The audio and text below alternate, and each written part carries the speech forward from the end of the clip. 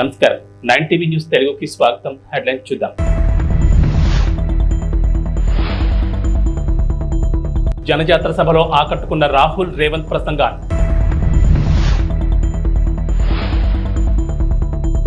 జోరు వానలో హోరెత్తిన ఫ్యాన్ హుషారు.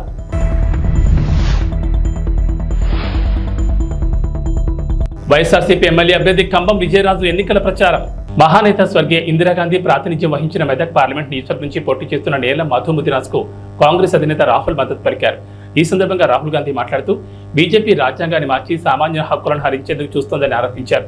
బీజేపీ మళ్లీ గెలిస్తే పేదలకు బీసీ, ఎస్సీ, ఎస్టీ, అనగాండ వర్గాల కింద రిజర్వేషన్లు రద్దు చేస్తుందని పేర్కొన్నారు.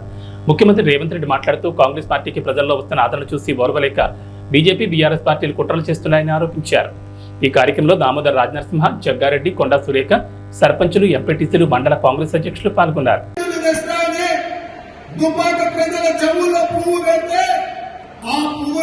శాసనసభ ఎన్నికల్లో బండకేసి కొట్టిండ్రు, ఉప్పు తీసి ఉప్పు పోసి పాత వేసి ఇక ఉండగానే బీఆర్ఎస్ నాయకుడు బీఆర్ఎస్ నుండి నిలబడ్డాడు ఎవరో కాదు. మన మల్లన్న సాగర్ లో, మన రంగనాయక సాగర్ లో, మన కొండ పోచమ్మలో వేలాది ఎకరాల భూములను, వేలాది మంది రైతులను ముంచి వాళ్ళ సొంత భూములు मनरेगा పథకంలో భాగంగా ఈ రోజు కార్మికులకు 250 రూపాయలు దొరుకుతూ ఉన్నాయి. सरकार आने के बाद उनको 400 रुपए मनरेगा के लिए मिलेंगे. అది వచ్చి ప్రభుత్వం వచ్చిన తర్వాత मनरेगाలో భాగంగా 400 రూపాయలు కార్మికులకు ఇవ్వడం జరుగుతుంది. और जो आशा और आंगनवाड़ी में महिलाएं काम करती हैं उनकी आमदनी हम दुगनी करने जा रहे हैं. ఎవరైతే ఆశాలో ఉన్నారో, అంగన్వాడీలో పనిచేస్తున్నటువంటి మహిళలు ఉన్నారో వాళ్ళకు వచ్చేటటువంటి సంపాదన ఏదైతే ఉందో దాన్ని మేము రెట్టింపు చేస్తాము. గట్టిగా చప్పట్లు కొట్టండి.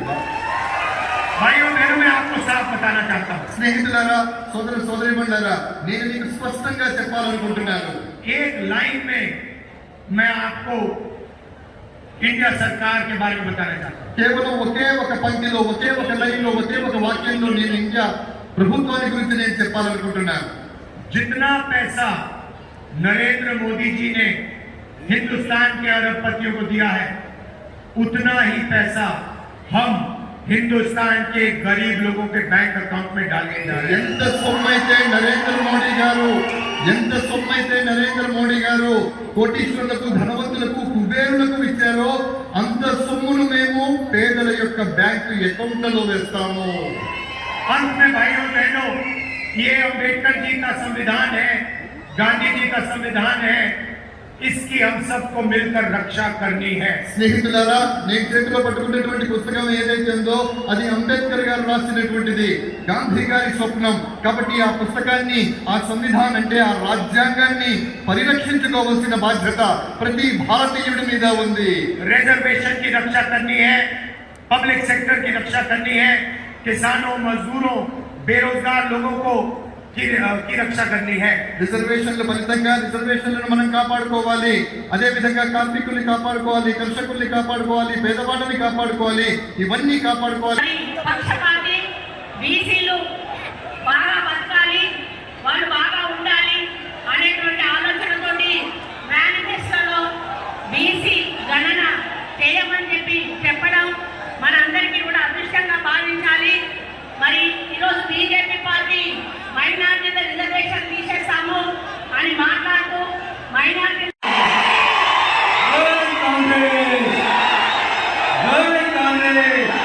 సోనియా గాంధీ గారి నాయకత్వం, రాహుల్ గాంధీ గారి నాయకత్వం, మన రేవంత్ అన్న నాయకత్వం. చాలా సంతోషం అన్న.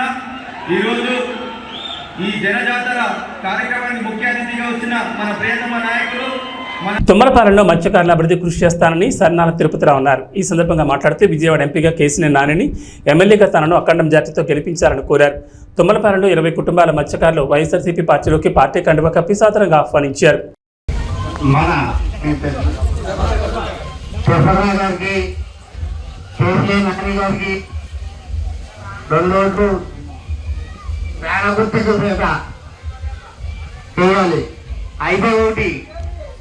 పోయినసారి చంద్రబాబు నాయుడు గారు వస్తారని అన్నారు. అయితే చంద్రబాబు నాయుడు వస్తే కలకత్తా నుంచి పుణ్యవాడి గారి నుంచి బెంగళూరు దాకా వెయ్యి తీసేపడంలో అది అప్పుడే జరిగింది. ఇప్పుడు కూడా చంద్రబాబు నాయుడు గారిని ఓటు వేస్తే ఇది ఇప్పుడు మన ముందే బేస్ కూడా పార్టీ చేస్తారు, కంపల్సరీగా అవుతాడు. పార్టీ చేస్తారు. చంద్రబాబు నాయుడు గారు సీఎంగా అవుతే ఒక గుడి తప్ప చర్చలు తప్ప మన ఉండే బేస్ కూడా పార్టీ చేయగలుగుతారు. మనం ఎక్కడో ఇతరులు రాజకీయం కూడా కానీ దేనికి కానీ అవకాశం ఉండదు. దయచేసి 2 రోజులు కూడా పేదగుట్టుకు వెళ్ళాలని కోరుతున్నాం. అలాగే జగన్ వల్ల లబ్ధి పొందడంటే ఎవరు లేరు. ఆ పార్టీ ఈ పార్టీ లేదు, తెలుగుదేశం పార్టీ అయినా వైసీపీ పార్టీ అయినా జనసేన పార్టీ అయినా ఏ పార్టీ వాళ్ళైనా ప్రతి రేషన్ కార్డు కూడా 1,00,000 రూపాయలకి ఇస్తాయి. అమ్మఒడి అవుతూనే ఉన్నాయండి. ఏదైతే మొత్తం మీద మీరు లెక్క చూసుకుంటే 1,50,000 తుమ్మలపాలెం వైఎస్ఆర్ కాంగ్రెస్ పార్టీ నాయకులకు, కార్యకర్తలకు, సానుభూతి పరులకు, ఈ గ్రామ ప్రజానీకానికి అందరికీ కూడా పేరు పేరున నమస్కారాలండి. రేపు 13వ తారీఖు జరుగుతున్న ఎలక్షన్లో ఇక్కడ ఈ నియోజకవర్గానికి నేను ఎమ్మెల్యేగా, కేశినేని నాని గారు ఎంపీగా పోటీ చేస్తూ ఉన్నాం. మీ ఆశీస్సులు, మీ ఆదరణ అందరూ కూడా ఇవ్వాలని మేమంతా కూడా కోరుకుంటూ ఉన్నాం. కొంతమంది చెప్తా ఉన్నారు, ఈ 5 సంవత్సరాలు బట్టి మేము అది చేసాం, ఇది చేసాం అని చెప్తా ఉన్నాడు. ఇవాళ జగన్మోహన్ రెడ్డి గారు ఇచ్చిన ప్రతి ఒక్క పథకాన్ని కూడా ప్రతి ఒక్కళ్ళకి కూడా ఇంటికి తీసుకెళ్ళి ఈరోజు వైఎస్ఆర్ కాంగ్రెస్ పార్టీ ఇవ్వడం జరిగింది. అవి ఏం జరగలేదు, అవి ఏం ఇవ్వలేదు అని చెప్తా ఉన్నాడు. ఇక్కడ చాలామంది పెద్దలు ఉన్నారు, అందరికీ మీ అందరికీ తెలిసినవి.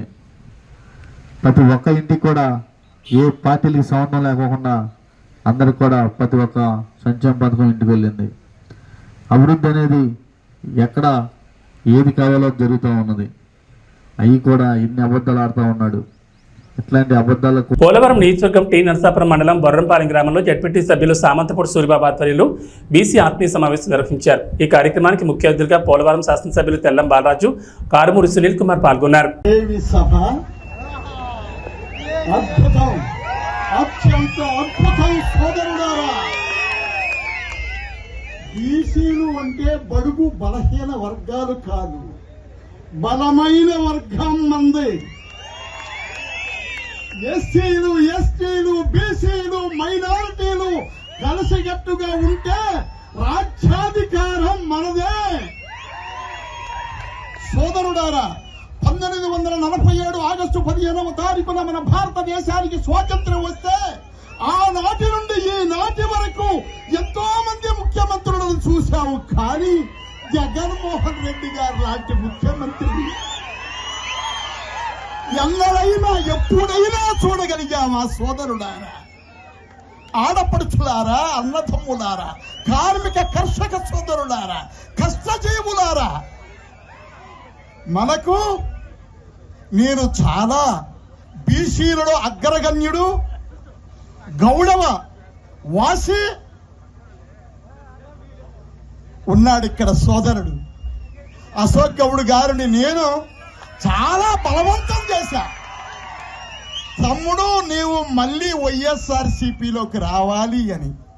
ఆయన వచ్చి రాష్ట్రంలోనే గౌడ వర్గాన్ని అందరినీ ధర్మచక్రంలాగా, అశోక చక్రంలాగా అడ్డం వేసినటువంటి మహానుభావుడు అశోకుడు.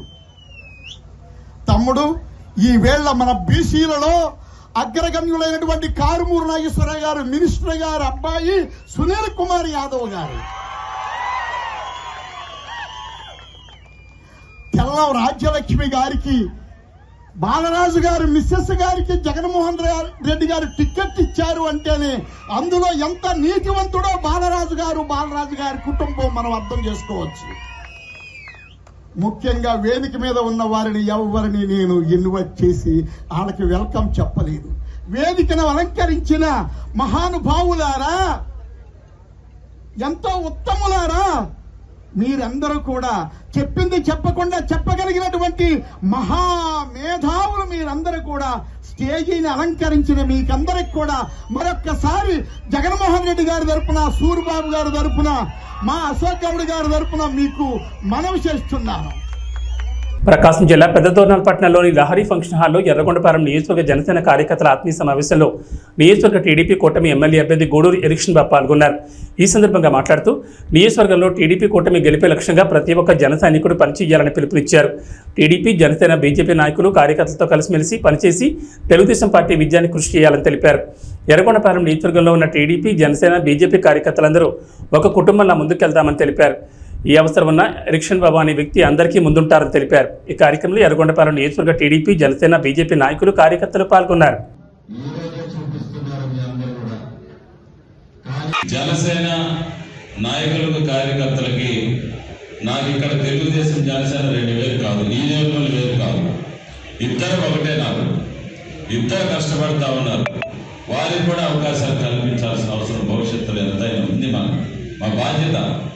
ఎందుకంటే వాళ్ళు కూడా 10 సంవత్సరాల నుంచి పార్టీ పెట్టి పవన్ కళ్యాణ్ గారు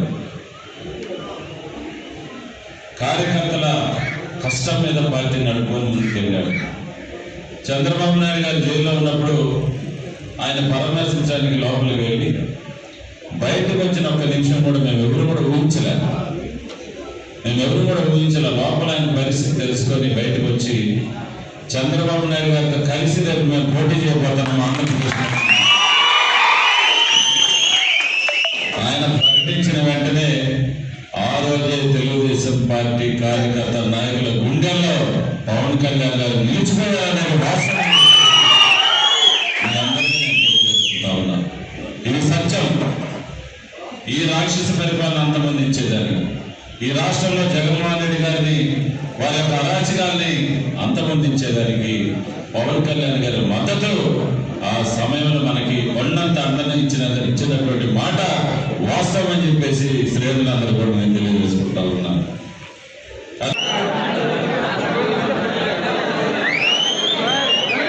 ఎన్టీఆర్ జిల్లా జగ్గేపేటలోని ప్రజల జీవితాల్లో వెలుగులు నింపడమే లక్ష్యంగా తెలుగుదేశం, జనసేన, బీజేపీ ప్రజాకూటమి అద్భుతమైన మేనిఫెస్టోను రూపొందించిందని బంగమిటి రాధాకృష్ణ అన్నారు. ఎన్టీఆర్ జిల్లా జగ్గేపేట నియోజకవర్గం కూటమి అభ్యర్థి విజయాన్ని కాంక్షిస్తూ కూటమి ఎమ్మెల్యే అభ్యర్థి శ్రీరామ్ రాజగోపాల్ తాతయ్యతో కలిసి జగ్గేపేట మండలంలో గండ్రాయి, మల్కాపురం గ్రామాల్లో ఎన్నికల ప్రచారం నిర్వహించారు.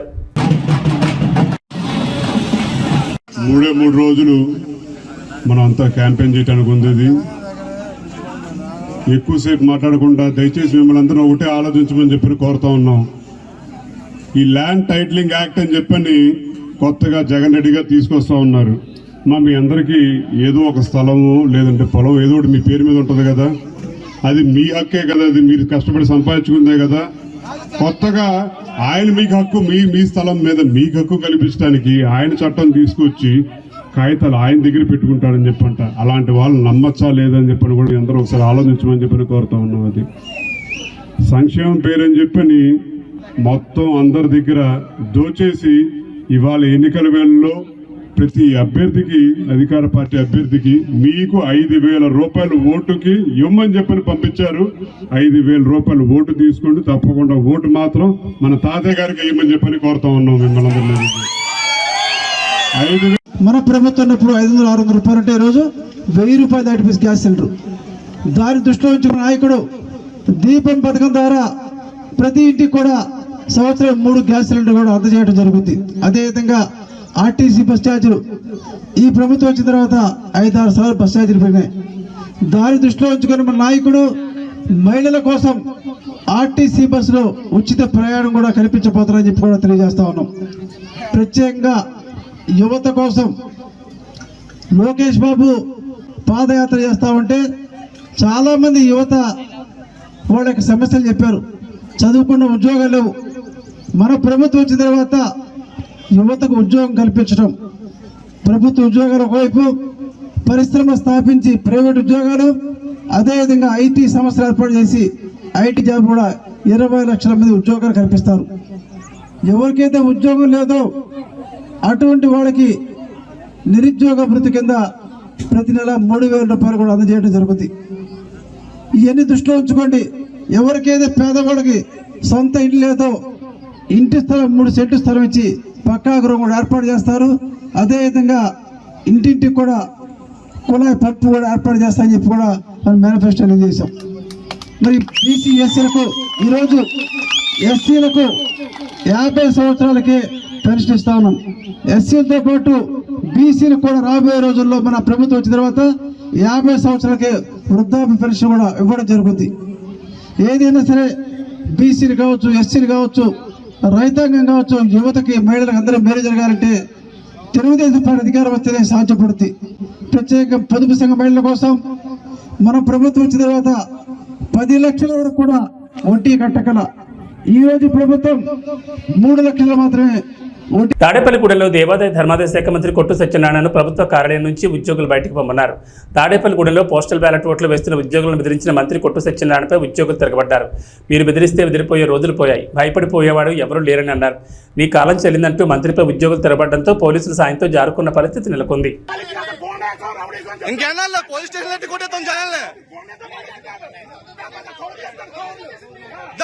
గేట్ బయట రావాలా, గేట్ బయట ఏదైనా గేట్ బయట ఫోటో తీసుకో, గేట్ రాబడి ఉంటాం కాదు,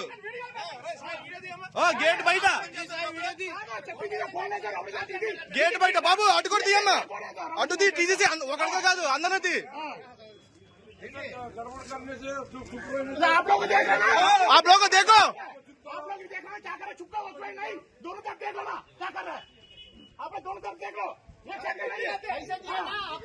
पैसे दिए ना क्या पे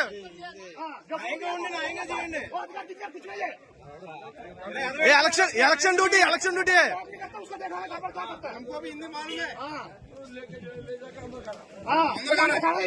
चल जाएगा आप लोग क्या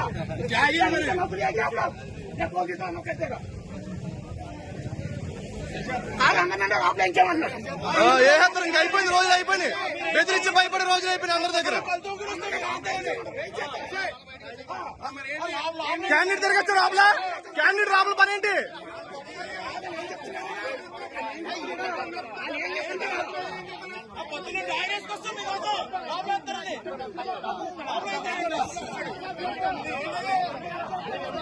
అండ్ క్యాండిడేట్ రాబుల పని ఏంటి?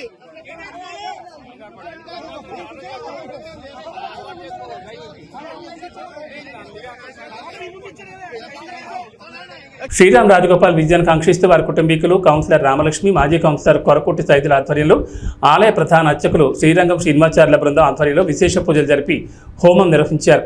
వారి విజయం తథ్యమవ్వాలని భగవంతుని సేవలో కార్యకర్తలు, అభిమానులు పాల్గొన్నారు.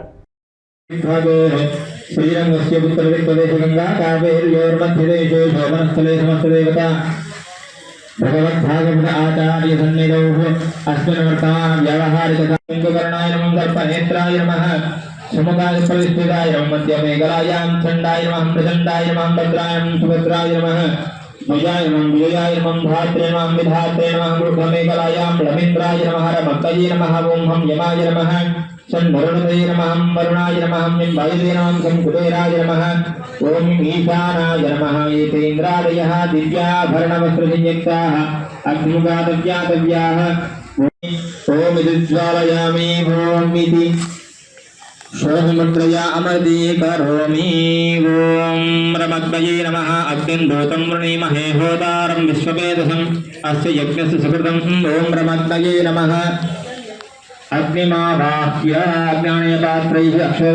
ఎన్టీఆర్ జిల్లా తిరువూరు, గంపలగూడెంలో వైసీపీ ఎంపీ, ఎమ్మెల్యే అభ్యర్థులు ఎన్నికల ప్రచారం నిర్వహించారు. ఈ సందర్భంగా జగనన్న గెలిపి మాజెండా అని ప్రజలు నినాదాలు చేస్తున్నారు. ఎంపీ కేసినేని నాని, ఎమ్మెల్యే అభ్యర్థి నల్లకట్ల స్వామిదాసులకు అపూర్వ స్వాగతం పలికారు.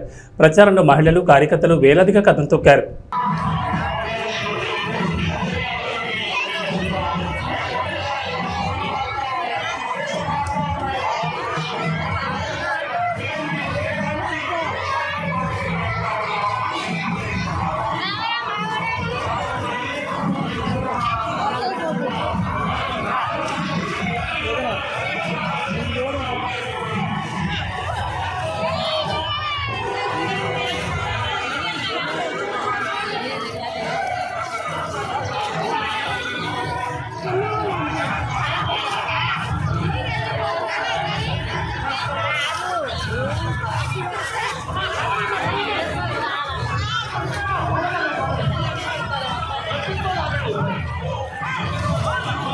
ఈ జెండా ముందుండాలి, మాకు అడ్డం వస్తుంది.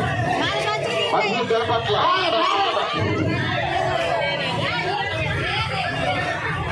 నాయకులందరూ కూడా మహిళా తల్లులందరినీ కూడా ముందు నడిపించాలి. ఎక్కడో అక్కడ పక్కన వెళ్ళిపోతున్నారు, అలా జరగకుండా చూడండి.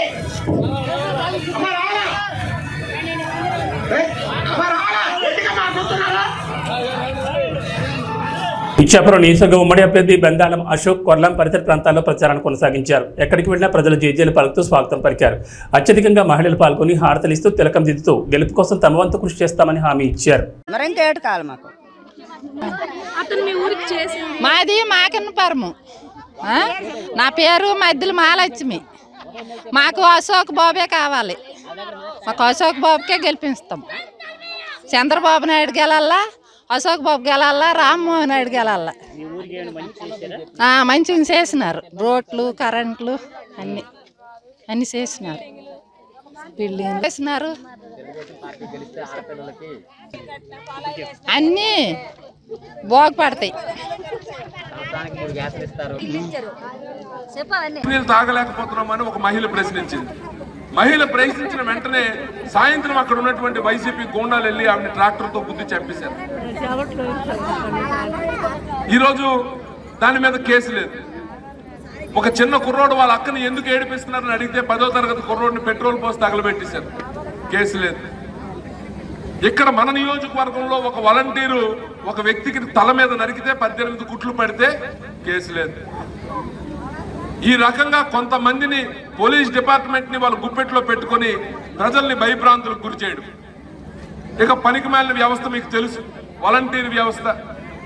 అది ఎంత పనికిమాలిన వ్యవస్థ అంటే వాడికేమో జీతం అట మన డబ్బుల్లోంచి ఇవ్వాలట. మన డబ్బులని ఎందుకన్నానంటే మనం కొన్న పప్పు ఉప్పు మీదకి వచ్చినటువంటి ట్యాక్స్ ని 5,000 రూపాయలు హానరేంగా ఈరోజు వాలంటీర్లకు ఇస్తున్నారు. మన డబ్బు ఆడికి ఇస్తే ఆడొచ్చి మన భుజాన్ని కూర్చుంటున్నాడు. మీరు తెలుగుదేశం వాళ్ళు మీటింగ్కి వెళ్తే మీకు పెన్షన్ కట్ చేస్తాం, మీకు తెలుగుదేశం వాళ్ళు మీటింగ్లకు వెళ్తే మీకు రేషన్ కార్డు కట్ చేస్తాం, లేకపోతే అమ్మఒడి ఇవ్వం అని బెదిరిస్తున్నాడు. ఈరోజు వచ్చి మన మీద పెత్తనం చెలాయించే ప్రయత్నం. ఈ మధ్యన ఇంకో కొత్త డ్రామా. పాపం పెన్షన్ తీసుకుంటున్నటువంటి పెద్దవాళ్ళు ఇక్కడ చాలా మంది ఉన్నారు. ఎలాంటి డ్రామాలు ఆడుతున్నారంటే, అమ్మ నాకు తెలియక అడుగుతారు, 5,000 రూపాయలు నీకు ప్రభుత్వం ఇస్తుంది కదా, ప్రభుత్వం ఇస్తుంది. ప్రభుత్వం ఇస్తే నువ్వు ఎవరికి పనిచేయాలి? ప్రభుత్వంకా పార్టీకా? ప్రభుత్వానికి పనిచేయాలి. మరి ఈరోజు నువ్వెందుకు రాజీనామా చేశావు? ఎందుకంటే ఎలక్షన్ కమిషన్ నీకు క్లియర్గా గైడ్ లైన్స్ ఇచ్చింది. ఎట్టి పరిస్థితుల్లో ఎలక్షన్కి సంబంధించినటువంటి ఏ ఒక్క కార్యక్రమంలోనైనా వాలంటీర్ కానీ ఉంటే అక్కడ వాడిని వెంటనే వాడికి క్రిమినల్ కేసులు కట్టి వాడిని ఎట్టి పరిస్థితుల్లో కూడా ఉద్యోగం రాకుండా చేస్తామని చెప్పింది. చెప్పగానే జగన్మోహన్ రెడ్డి ఉలికి పడ్డాడు. వెంటనే ఏం చేశాడు? వాలంటీర్లతో రాజీనామా చేయించి ఈరోజు ఇంటికి ఇస్తున్నటువంటి పెన్షన్లు మీరు వెళ్ళి బ్యాంకుల దగ్గర క్యూలు కట్టాల్సినటువంటి పరిస్థితి కల్పించాడు. ఈ ప్రాసెస్ లో కొంతమంది ముసలి వాళ్ళు చనిపోయారు. మరి ఈ చనిపోయినటువంటి వారికి బాధ్యులు ఎవరండి? ఏమంటే ఈ చనిపోవడం కూడా చంద్రబాబు నాయుడు గారు తప్పని చంద్రబాబు నాయుడు మీద తోసే ప్రయత్నం చేస్తున్నాడు. అంటే తండ్రి శవం పక్కన సంతకాలు తీసుకున్నటువంటి ఈ దగుల్బాజీ వెధవకి ఆఖరికి శవాలతో రాజకీయం చేయడం అలవాటు అయిపోయింది. 2019లో అలపేస్తున్నాడు, అది చంద్రబాబు నాయుడు గారు తప్పు అంటున్నాడు. సో ఈ రకంగా ప్రజల్ని ఇంకా మభ్యపెట్టే ప్రయత్నం చేస్తున్నాడు. మరి మీ అందరికీ తెలుసు, చంద్రబాబు నాయుడు గారిని అరెస్ట్ చేశారు. దాదాపు 60 రోజులు జైల్లో ఉంచారు. 16 నెలలు నేను జైల్లో ఉన్నాను కాబట్టి చంద్రబాబు నాయుడిని ఒక్క నిమిషమైనా జైల్లో ఉంచలేకపోతానా అని ఒక శాడిస్ట్ ఆనందం. ఈ శాడిస్ట్ ఆనందం తీర్చుకోవడానికి చంద్రబాబు నాయుడు గారికి జైల్లో పెట్టారు. అయితే అది మంచిదైంది. ఎందుకు మంచిదైందంటే 2 రకాలుగా మంచిదైంది. ఒకటి, చంద్రబాబు నాయుడు గారు దాదాపు తప్పు చేయలేదు.